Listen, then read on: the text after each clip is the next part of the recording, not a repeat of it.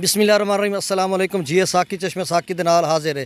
इस वक्त मैं दरिया चनाब के किनारे ते मौजूद हाँ। फाजिल शाह तहसील कबीरवाला द नवाई इलाका दरिया चनाब के किनारे ते मेरे अका भाई तुस वेखो ता हद नज़र तुहानू तरबूज दे फसलां नज़र आसन और जहाँ तक नज़र वही है तरबूज का खेत है, हिंदवाने का खेत है, मकामी ज़बान है आखिर और बहुत ही मेहनत और लगन और जान फिशानी नाल विसाली जेडे काश्तकार हैं तरबूज काश्त करेंदे और तकरीबन अज 28 तारीख है 28 मार्च 2021 का दें और अगले 8-10 दिनों तक ये तरबूज सारा ये मार्केट च आवे सी और यकीनन तुसां वेखसो कि नज़र आंदा पिया तरबूज दे मोटे मोटे दाने नज़र आते पे। ये वेखो एक सुराई इसनूं बोलिया वैंदा है और मुख्तलिफ वैरायटियां इन्होंने काश्त की। बहुत ही ज़बरदस्त खेत है और बिल्कुल पिछे वेख लो कां दे कूड़े इन्होंने आख्या वैंदा जेडे मकामी कक्खां ते काठ कबाड़ नाल बनाइंदे ने, छोटे जे घर बनाइंदे और उस दे विच बसेरा करेंदे ताकि तूफान और सैलाब आवन तो उहदे विच यानी सैलाब तो ज़ाहरी गल है उसनूं भी बहा के लाया वैसी और फसलात भी अलबत्ता तूफान ते बारिश दे विच इन्हां दा कुछ बचाव हो वैंदा। ते हुण साडे नाल एक मिसाली काश्तकार है जिन्हां दे खेत है उन्हां नाल गल करने। क्या नाम है तुहाडा? मोहम्मद आसिफ। अच्छा, तुहानूं कितना अरसा हो गया इत्थे गडेंदे? तकरीबन मैंने हो गए 5-7 साल 5-7 साल हो वैंदे। ते हर साल ही फसल गडेंदे हो जी। इस तो इलावा भी तो गडेंदे हो जे कणा गड्डिंदे गंदम और अच्छा चलो। अच्छा, ये जी फसल है ये तुसां तकरीबन मेरा ख्याल है अक्तूबर दे विच यानी 10वें महीने काश्त होंदी है, उस तो बाद 8-9 महीने च फसल मुकम्मल तैयार होंदी है।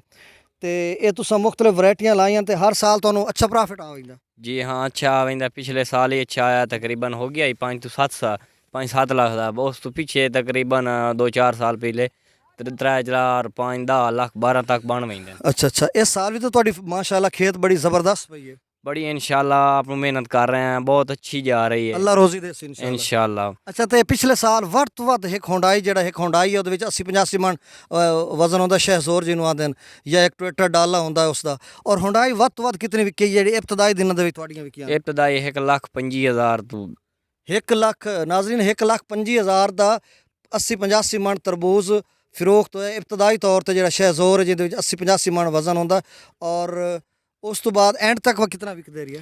एंड तो तकरीबन 50-60 ताईं बध रही है। उस थल्ले या तकरीबन 40-50 तक एक एवरेज इतनी रही है। अच्छा, तो ये हुण तुहाडे और यानी तुहाडे कज़नां दा रिश्तेदारां दा भी अगू खेत है, तुहाडा भी है जी है।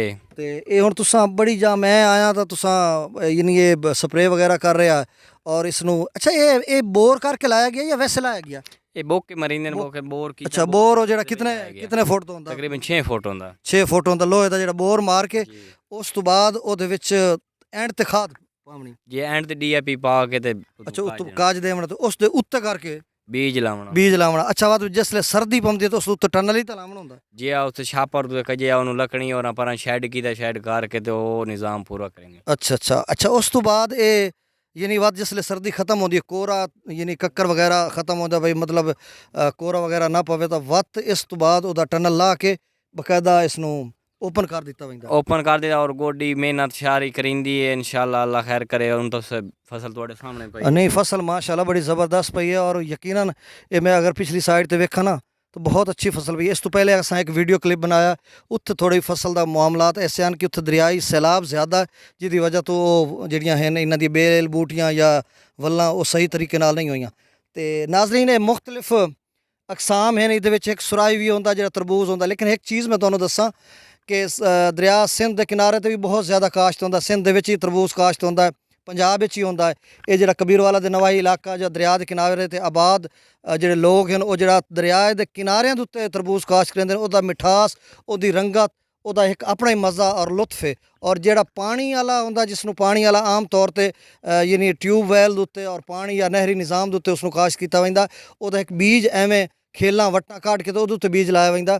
उसका मिठास इतना नहीं होता जितना कि इस बोर आले होंदा यानी 8-6-7 फुट का एक बोका होंदा है। उस नाल बोर खट के ओहदे एंड च DAP खाद 100 ग्राम के करीब पाई वैंदी है। उस तो बाद उस सारी मिट्टी ओहदे मिक्सअप करके दित्ती है। उस एंड तो सैलाब पकड़दा है वह बोर और उसके मुँह तक आंदा है और उस उत्ते बीज लाया वैंदा और बीज की जड़ जी है फौरी तौर पर 5 फुट तक उस बोर की गहराई वैंदी है। और उस तो बाद उसनूं चूँकि एक जमीन की डैप्थ गहराई दे विच उसनूं ओहदी रूट या ओहदी जड़ नूं जिहड़ा ओपन जगह मिलती है ओहदी वजह तो ओहदी बढ़ोतरी उत्तों भी ज़्यादा होंदी है।